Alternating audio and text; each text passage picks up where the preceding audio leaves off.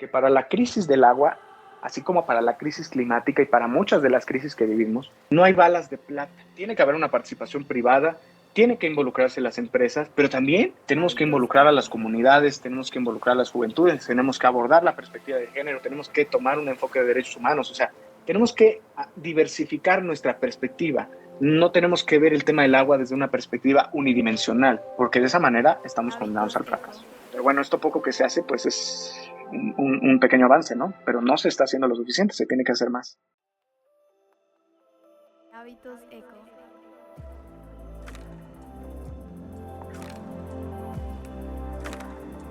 Hábitos eco.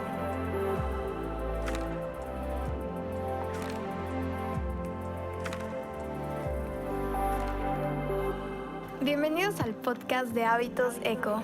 Somos Ale y Dani. En este podcast nos dedicaremos a tener conversaciones con personas de diferentes esquinas del planeta que ya están haciendo algo a favor del medio ambiente. Sabemos que puede ser frustrante todo lo que pasa en el mundo, pero muchas veces no nos enteramos de las acciones buenas que alguien más está haciendo para contrarrestar el cambio climático. Nuestro proyecto busca transmitir la motivación para que tú tomes la decisión de cambiar tus hábitos y cada vez seamos más los que generamos el eco hacia un mejor futuro. Te invitamos a pasar, siéntate, ponte cómoda o cómodo, porque es momento de hablar sobre un tema nuevo. Hábitos eco.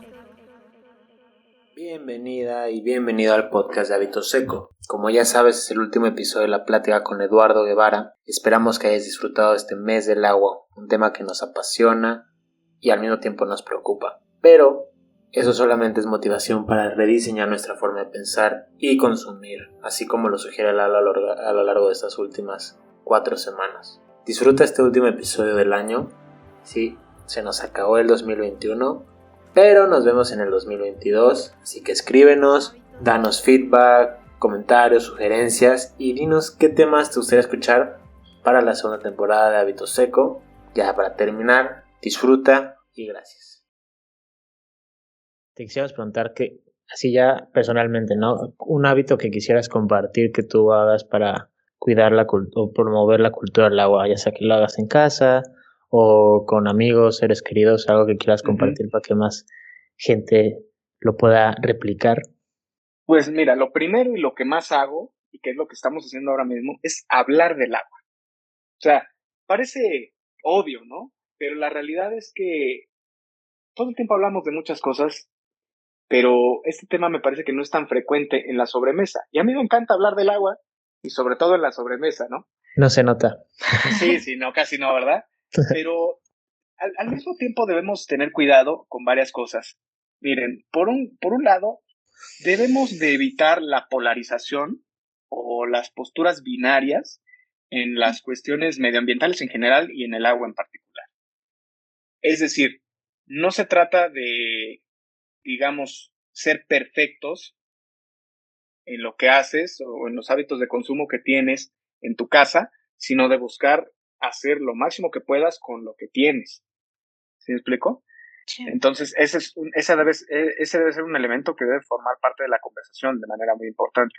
Y otra dimensión de la postura binaria es esta de la que hablaba yo anteriormente, o sea, de que, es que el agua debe debe usarse exclusivamente para el uso doméstico. Claro, ese tiene prioridad, obviamente, porque es un derecho humano al agua, es así, pero no podemos dejar de atender también las necesidades de los agricultores, porque pues de allí comemos, literalmente, y tampoco de la industria, porque ellos proveen de bienes y servicios a nuestra población y de muchos empleos, ¿cierto? Entonces, no tenemos que ser tan radicales, creo yo. A lo mejor aquí podemos diferir, pero creo yo que no podemos ser tan radicales en este aspecto. Entonces, esos dos comentarios primero. Entonces, resumen, hablar del agua y tener estas conversaciones incómodas de que tiene que haber una participación privada, tiene que involucrarse las empresas, pero también tenemos que involucrar a las comunidades, tenemos que involucrar a las juventudes, tenemos que abordar la perspectiva de género, tenemos que tomar un enfoque de derechos humanos, o sea, tenemos que diversificar nuestra perspectiva. No tenemos que ver el tema del agua desde una perspectiva unidimensional, porque de esa manera estamos condenados al fracaso. Dicho esto, ahora sí vamos a unas cuestiones más prácticas que, bueno, tal vez sean muy evidentes, pero vale la pena señalar. Y el primero es el consumo responsable. Antes les dije que el 95% del agua que consumimos proviene de los bienes que utilizamos, más que del agua misma que consumimos, ¿no? Entonces, ¿Qué significa esto? Que tenemos que ser más responsables con lo que consumimos. Por ejemplo, con la carne, pues la carne es muy rica y todo, pero hay que tener un consumo más responsable de carne, hay que tener un menor desperdicio de alimentos también, porque eso también es muy importante. Un Bueno, lo de menor la carne nada más por agua, también por salud. Creo que es Cierto, sí, importante. sí.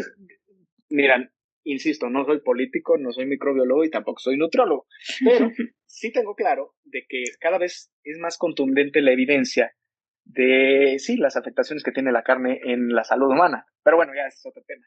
Sí, bueno, siempre nos desviamos, pero perdón, sigue. Sí, no, y ¿saben qué otra cosa? La ropa. La Sí. ropa igual consume unas cantidades de agua importantes. La ropa hay que darle todos los usos que se pueda dar. Si vas a renovar tu closet, no tires tu ropa a la basura. Puedes venderla en un bazar o regalarla a alguien que la necesite. Tenemos que recircularla. Cada vez también hay más empresas que se dedican a recolectar estas prendas para poder transformarlas y hacer ropa con textiles reciclados. Y eso me parece genial porque es congruente con el enfoque de economía circular. Entonces, esto del consumo responsable pues tiene que permear en todo y como dice Dani, no solo por una cuestión de agua, sino por una cuestión de gases de efecto invernadero, por una cuestión de explotación laboral incluso, o sea, muchas cosas que van más allá del medio ambiente y que más bien permean en la sostenibilidad. Sí. Igualmente, hay que vigilar nuestras instalaciones, es decir, al interior de nuestras casas. Si tienes tus cisternas, si tienes tu tinaco, debes lavarlos frecuentemente porque eso permite que el agua mantenga su calidad dentro de la instalación de tu casa. Si está en tu posibilidad y puedes hacerlo, utiliza muebles ahorradores de agua. Hay regaderas que cumplen ese propósito. Hay excusados híjole, los excusados de hace tiempo consumían 20 litros de agua en una descarga. Ahora hay excusados ¿cómo se llama? Que utilizan 3 o 5 litros de agua para cada descarga, entonces es mucho más eficiente, ¿no? Y tener cuidado con las fugas, porque lamentablemente, como en la mayoría de los casos no se mide el agua que consumimos, no nos damos cuenta de las fugas de agua que hay. Una vez alguien me contaba que tenía un vecino, que tiene un vecino, que tenía descompuesto el flotador de su tinaco. Entonces, siempre se rebosaba el tinaco y siempre estaba derramando el agua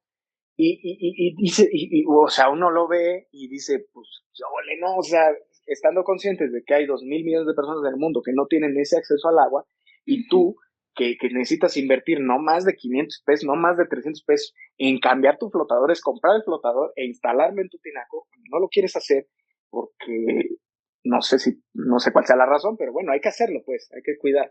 Y otra cosa también es vigilar la instalación interdomiciliaria, o sea, la red de distribución.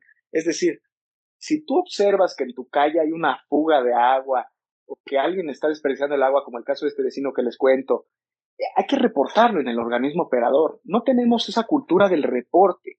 A mí me pasaba mucho en el fraccionamiento donde vivía antes que, por ejemplo, cortaban la electricidad y todo el mundo preguntaba, ¿alguien ya hizo el reporte? ¿Alguien ya hizo el reporte? ¿Alguien ya hizo el reporte? Y nadie daba ese paso hacia hacer el reporte, efectivamente. Exacto. Entonces, si no reportamos la electricidad, menos aún vamos a reportar el agua. Entonces, yo te invito a ti que me estás escuchando, que si encuentras una fuga de agua en tu casa, en la calle o por donde sea que estés pasando, o alguien que está desperdiciando, hay que reportar. Hay que reportar siempre con el organismo operador, siempre, siempre. Investiga quién es el organismo operador de tu comunidad, muy probablemente va a ser el mismo gobierno municipal, va a tener una comisión de agua potable, consigue su teléfono, llama si encuentras algún tipo de estos eventos, porque eso ayuda mucho a los organismos operadores, o sea, ellos no pueden tener un vigilante en cada esquina viendo que no se desperdicie o que no se derrame el agua, ¿no? Y muchas de las redes de distribución pues no están, digamos, instrumentadas para poder vigilarlas desde un escritorio. Entonces, hay que hacer esos reportes, podemos ayudar con eso. Bueno, ahora me gustaría pasar a la parte de soluciones y quisieras preguntar como qué se está haciendo a nivel global para que haya mayor acceso al agua. ¿Se está haciendo algo? Ya sea en tecnología, educación, cultura. Por supuesto que se está haciendo algo, Dani. Mira, algo que debemos tener en claro primeramente es que para la crisis del agua, así como para la crisis climática y para muchas de las crisis que vivimos, no hay balas de plata, no vamos a hacer un hallazgo monumental que vaya a revolucionar la tecnología del agua y que nos solucione la crisis de hoy hacia mañana. O sea, eso no va a suceder. Más bien, debemos tener una colección de tecnologías y de soluciones para poder solucionar los problemas del agua. Pero además de eso, el tema del agua, así como lo comentamos en la sección anterior, está inscrito en una crisis mucho mayor que es la crisis de la naturaleza y que al final de cuentas es evidencia de una necesidad de reestructurar nuestra civilización, literalmente. Entonces, yo creo que la solución más importante, o la revolución, si quieren verlo así, que va a solucionar todos estos problemas, va a ser más bien intelectual, va a ser más bien del pensamiento, yo diría que hasta filosófica. Pero bueno, ya sin ponerme muy profundo, déjenme referirme rápidamente a la desalinización porque es un tema que, que mucha Es gente brutal. dice, oye, pues si en el mar hay un chorro de agua, mano, ya existe la tecnología para tratarla, pues ¿por qué no sacamos de ahí el agua y listo? ¿No? Hay un montón de agua allí. ¿A qué te puedes referir al problema en Cape Town, en Sudáfrica? Sobre Sí, el día sí. cero, creo que queda bien. Pues el tema de Cape Town se solucionó. A ver, es que lo que sucedió en Cape Town es que se les acabó el agua y lo que empezó a pasar es que empezaron a racionar, pero de manera brutal, el suministro a las viviendas. Estaba prohibido regar jardines, prohibido lavar tu coche, prohibido hacer prácticamente todo, pero lo que les vino a arreglar el problema fue la misma lluvia. O sea, la solución les cayó del cielo, literalmente. ¿Me explico? O sea, fue una sequía espantosa lo que sucedió allí y lo que les ayudó muchísimo, obviamente, fue que eventualmente lloviera. ¿Sí me explico? Y de esa, porque uno dice, bueno, pues, ¿qué pasó con Ciudad del Cabo? Si eso fue ya tiene como 3 o 4 años que fue lo de Ciudad del Cabo, ¿no? ¿Qué pasó con Ciudad del Cabo? Ciudad del Cabo no colapsó. Pues no, pero el día cero sí les llegó. Eso sí es una realidad. Entonces, pero en cuanto a desalinización, insisto, hay quienes dicen, bueno, pues hay que tratar todo el agua del mar y listo, ¿no? Efectivamente, es una alternativa para ciertos lugares.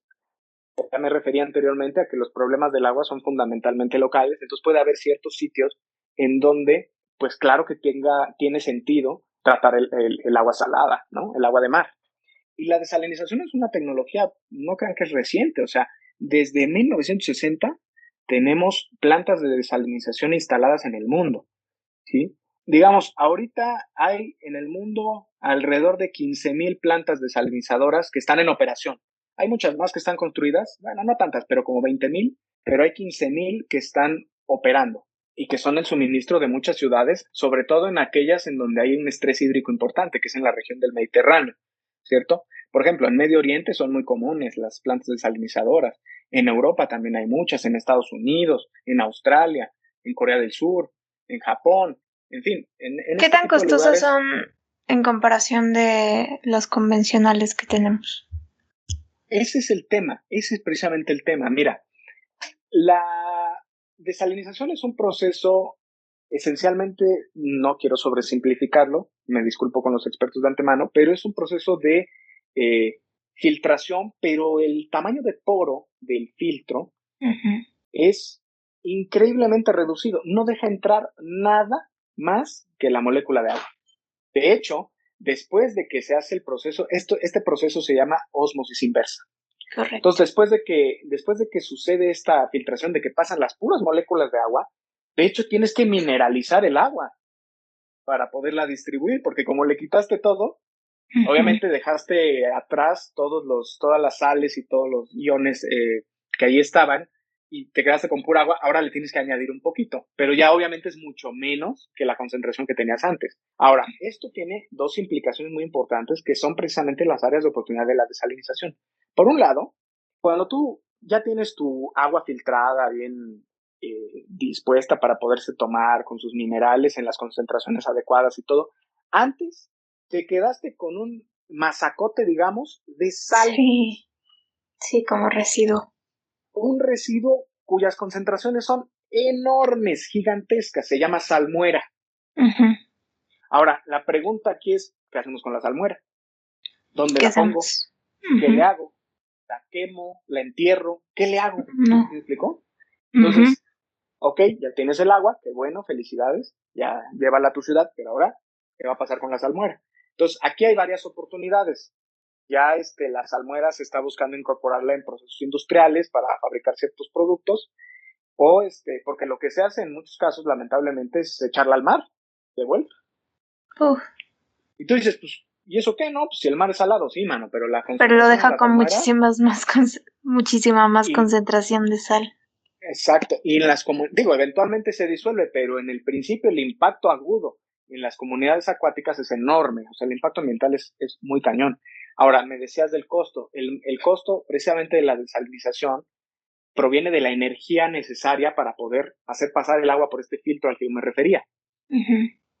Entonces, aquí hay un nexo entre el agua y la energía, porque tú necesitas energía para poder tener esa agua desalada, ¿no? Sí. Salinizada. Entonces Uh-huh. necesitas una cantidad de energía importante y para poder reducir los costos de operación de estas plantas, pues lo que necesitas reducir obviamente pues, es el costo de operación, el costo de la electricidad, Uh-huh. el costo de la energía. Y eso solamente va a suceder, vuelvo a insistir, con fuentes de energía renovables. Correcto. Sí, aquí el problema es que tema. la osmosis inversa hay que meterle mucha presión, ¿no? Entonces necesitas tener energía constante, que usualmente la energía renovable es uno de sus retos, ¿no? Que sea constante y por eso tiende a ser difícil abastecerla con esto. Miren por dónde va la discusión. Ahora estamos hablando de energía. Rápido, un comentario. Debemos, creo yo, obviamente el futuro de la seguridad energética, creo yo, tampoco soy experto en energía, pero tengo claro algunos conceptos, y es que el futuro está en la diversificación de las fuentes de energía, ¿cierto? O sea, debemos de tener varias, porque de esa manera podemos tener un suministro mucho más seguro, ¿cierto? Necesitamos, desde luego, energía eólica, energía solar, pero también necesitamos energía hidroeléctrica y la verdad, por detrás vienen ya tecnologías emergentes como el hidrógeno verde, por ejemplo, que también creo que tiene un potencial importante. Y creo que también deberíamos darle chance un poquito a la energía nuclear también. Pero bueno, no vamos a hablar de energía nuclear porque eso nos va para otro podcast pero sí creo que le debemos de dar un poquito de chance a la energía nuclear. Digo, ya sé que tiene una mala reputación, hay hasta películas de lo que puede pasar con la energía nuclear y lo hemos visto en la vida real con Chernobyl y Fukushima, pero sí creo que hacia el futuro también debemos de abrazar un poco la tecnología de la energía nuclear, ¿no? Claro. Claro, pero bueno, vamos a continuar hablando del agua antes de que nos desviemos para hablar de energías. Sí, es imposible. Vamos a terminar hablando sobre fusión nuclear aquí, pero mejor síguelo. Sí, oye. Bueno, pero iba yo la pregunta era que cuáles eran las soluciones. Entonces, no soy político, ya lo dije, entonces voy a responder concretamente a la pregunta. ¿Qué se está haciendo, por ejemplo, en investigación, o sea, en tecnología y en educación y cultura del agua? Miren, la UNESCO tiene su programa hidrológico intergubernamental y ahorita se están elaborando los planes de la fase 9 de este programa que va a estar vigente del año 2022 al 2029. Y este programa, así como muchas otras iniciativas que existen a nivel global, nos permiten tener un marco de referencia de hacia dónde debemos ir en cuanto a la gestión del agua. Entonces, las dos áreas prioritarias primeras de este programa son precisamente una, la investigación y la innovación, y dos, la educación. Entonces, en cuanto a investigación, primeramente debemos de reconocer que la ciencia del agua debe de transitar desde un enfoque, digamos, duro, en donde las soluciones propuestas eran controlar la oferta de agua a través de obras de infraestructura muy grandes, que a mí me encantan, yo soy ingeniero civil y me encantan y todavía van a ser importantes, pero hacia el futuro no nos va a alcanzar con eso, vamos a necesitar otras cosas, vamos a necesitar investigaciones interdisciplinarias. Hay ahora mismo disciplinas emergentes que ya están empezando a combinar los enfoques para poder brindar soluciones integrales a los problemas del agua. Tenemos, por ejemplo, la ecohidrología, tenemos la sociohidrología, tenemos la hidroeconomía y tenemos este enfoque al que nos referimos tangencialmente hace un ratito, que es el nexo de agua, energía y alimentos. Entonces, Estos enfoques, como son mucho más amplios, nos permiten abordar el problema desde una perspectiva integral. Pero al hacer esto, obviamente se incrementa su dificultad de abordarlo y eso nos obliga a que las investigaciones pues se hagan a través de la cooperación, obviamente, ¿cierto? Entonces, ante esto vamos a necesitar cooperación entre las instituciones gubernamentales, entre las universidades, entre los gobiernos de los estados, entre los gobiernos municipales incluso, cooperación internacional incluso, ¿sí? Necesitamos cooperación internacional, ya sea a nivel bilateral con otros países o a nivel multilateral en los foros que se presten para ello, para poder encontrar o hacer estas investigaciones y que brinden estas soluciones, ¿no? Al mismo tiempo, pues obviamente las tecnologías de la cuarta revolución industrial, como se le llama, pues también ahí están al alcance, ya están desarrolladas y se están comenzando a implementar también en la tecnología del agua. Cuestiones como la inteligencia artificial, el Internet de las cosas, el Big Data, la percepción remota, muchas de estas tecnologías que se hicieron posibles gracias al auge de Internet hace 20 años, nos van a permitir poder, digamos, a nivel tecnológico, poder brindar soluciones o mejores soluciones a los problemas del agua. Y finalmente, en cuanto a la educación, tenemos que hacer esto que estamos haciendo, hablar del agua, diseminar el conocimiento, difundir, divulgar. Debemos acercarnos a la ciudadanía, tenemos que abordar el tema del agua, ya lo dije anteriormente, pero insisto, con una perspectiva de género, con una perspectiva de juventudes, tenemos que involucrar a los jóvenes y a las jóvenes, y tenemos que involucrar a los niños también, y tenemos que involucrar a las comunidades indígenas, y también tenemos que involucrar a las autoridades. Tenemos que acercarnos a quienes son aquellos que formulan las políticas públicas y tenemos que convencerles de la importancia que tiene el tema del agua. Eso es en cuanto a la diseminación del conocimiento. Y en cuanto a otra cuestión que es la creación de capacidades, porque anteriormente esperábamos que las soluciones a los problemas del agua vinieran, digamos, en el caso de México, del gobierno federal hacia abajo. Pero eso es necesario, pero no es suficiente. Necesitamos también que las soluciones vayan de abajo hacia arriba. ¿Y cómo se hace eso? Pues tenemos que, en principio, hacer esta diseminación del conocimiento, pero enseguida se tienen que profesionalizar los trabajadores de los organismos operadores, a los agricultores tenemos que capacitarlos, pero tenemos que ser muy sensibles al mismo tiempo con las perspectivas que ya abordé anteriormente. En fin, tenemos que, digamos, que la gestión del agua no sea solamente horizontal, sino que también sea vertical, que sea multinivel, no sé si me estoy dando a entender. Y al final, también reconocer que hay, por ejemplo, ciertas comunidades en las que es posible que haya una gestión comunitaria del agua. Es decir, desde tiempos de la conquista estamos acostumbrados a que sea el gobierno federal, o bueno, ahí no había gobierno federal, pero la monarquía o el virreinato, mejor dicho, era quien controlaba el agua, ¿no? Y anteriormente las comunidades indígenas, ellas administraban su propia agua a nivel local, ¿no? Tal vez sea un buen momento para regresar a esas prácticas en ciertos casos específicos. ¿Se me explico? Para poder prevenir tensiones políticas y para que al mismo tiempo se puedan empoderar los liderazgos locales y que ellos tengan influencia sobre sus comunidades, ¿no? Que tengan estas capacidades. Ahora ya tenemos, tenemos algunos instrumentos, hay que aprovecharlos. Los consejos de cuenca, los organismos de cuenca, hay que brindarles de una mayor capacidad de acción para que puedan tomar decisiones.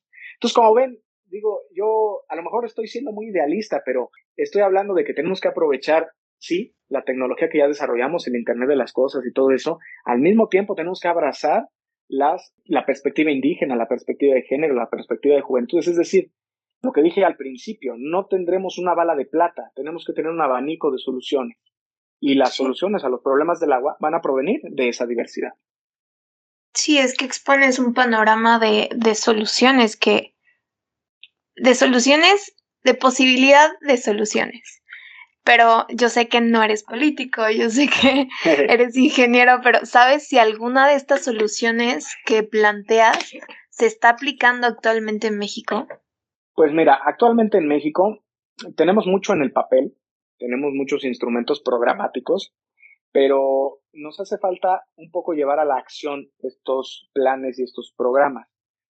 Y fíjate que Digo, a pesar de que, digo, insisto, yo no soy político, pero lo que sí tenemos que hacer los ciudadanos en general es volvernos ciudadanos políticos, en el sentido de que tenemos que involucrarnos en la opinión pública, tenemos que alzar la voz, tenemos que ocupar los foros que tenemos a nuestro alcance para poder manifestar esta voz, para que estas soluciones nos puedan llegar también. ¿Sí me explico? Eso es muy importante. Ahora, entonces tenemos, te digo, instrumentos programáticos. Tenemos el Programa Nacional Hídrico, en donde se supone que la ley de planeación indica, bueno, no se supone, así es porque ahí está en la ley. La ley de planeación indica que se tiene que hacer el Plan Nacional de Desarrollo en cada administración y de cada Nacional de Desarrollo se desprenden los programas sectoriales, ¿sí? Y uno de esos programas sectoriales es el Programa Nacional Hídrico, que establece cuáles son los objetivos que va a perseguir el gobierno federal a lo largo de su administración para poder, digamos, cumplir lo que se propone. Entonces, por ejemplo, este programa habla de garantizar progresivamente los derechos humanos al agua y al saneamiento, aprovechar eficientemente el agua, reducir la vulnerabilidad de la población ante las inundaciones y las sequías, preservar la integralidad del ciclo del agua, mejorar las condiciones de gobernanza, etcétera, ¿no? Entonces, esto es lo que está en el papel. Igualmente, en la contribución nacionalmente determinada que proviene del Acuerdo de París, del artículo 4, párrafo 2, habla de que uno de los ejes de adaptación al cambio climático en México debe ser la gestión integrada de los recursos hídricos. Y entonces ahí tienen varias líneas de acción que involucran el tema del agua, ¿no? Que obviamente es transversal al tema de cambio climático. Y ahora bien, ¿qué estamos haciendo? ¿Qué está haciendo el país? O el gobierno federal en particular. Pues las prioridades de política pública de los gobiernos muchas veces se manifiestan a través del presupuesto. Entonces, ahorita mismo se supone que está en evaluación en la Cámara de Diputados el proyecto del presupuesto de egresos de la Federación. Debe aprobarse a más tardar el siguiente 15 de noviembre, es decir, el lunes próximo.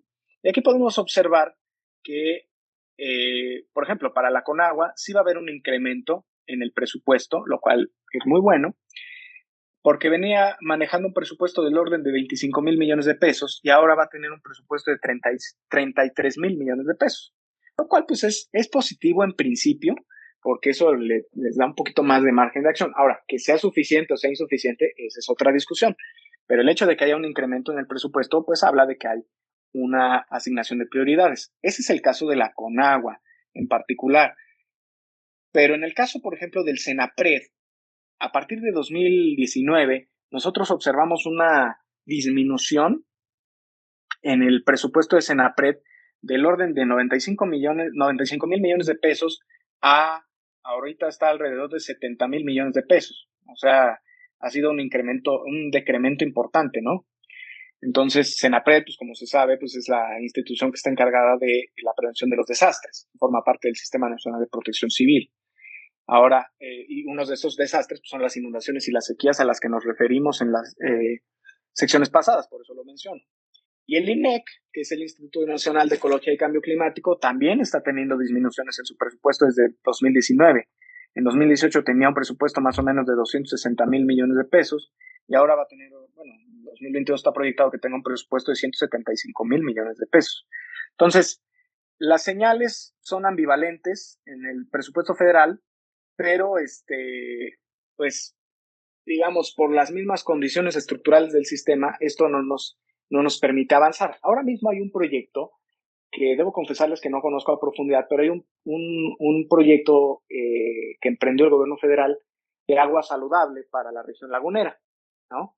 Uh-huh. Entonces allí hay un proyecto que parece ser que es prioritario para el gobierno federal, pero bueno, es uno de los que hay a nivel federal, ¿no? Hay proyectos importantes que se están ejecutando ya en el norte del país, sobre todo. En fin, podríamos hacer todo un resumen de las carteras de proyectos, pero independientemente de la política, la cuestión es que el tema avanza, no a la velocidad que queremos. Hay muchos temas por atender, pero tampoco podemos decir, bueno, pues es que no se está haciendo absolutamente nada. No, pues se está haciendo lo que se está pudiendo hacer, ¿no? Yo, Eduardo Guevara, personalmente quisiera que se hiciera mucho más, ¿no? Pero bueno, esto poco que se hace, pues es un pequeño avance, ¿no? Pero no se está haciendo lo suficiente, se tiene que hacer más. Claro.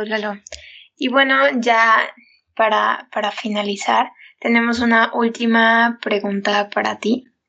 Y la pregunta es, ¿cuál es tu eco? Sé que suena un poquito rara la pregunta, pero ahorita te voy a dar contexto.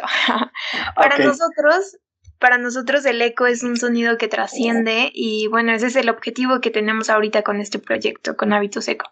Que las voces de las personas que ya están haciendo algo por el medio ambiente y hacer algo, también es como mencionas, hablar sobre el tema, trasciendan. Así que con una sola frase, unas cuantas palabras, ¿cuál es tu eco? ¿Cuál es ese mensaje que quieres compartir con nuestra audiencia? Está difícil porque yo no soy alguien de pocas palabras. Pues échate todas.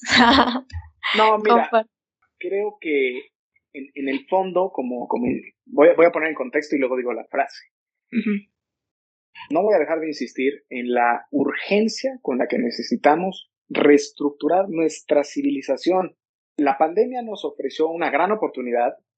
Lamentablemente no la estamos aprovechando. Creo que no estamos aprendiendo lo suficiente de la pandemia, pero sí creo que eso puso más en evidencia la necesidad de reestructurar nuestra civilización.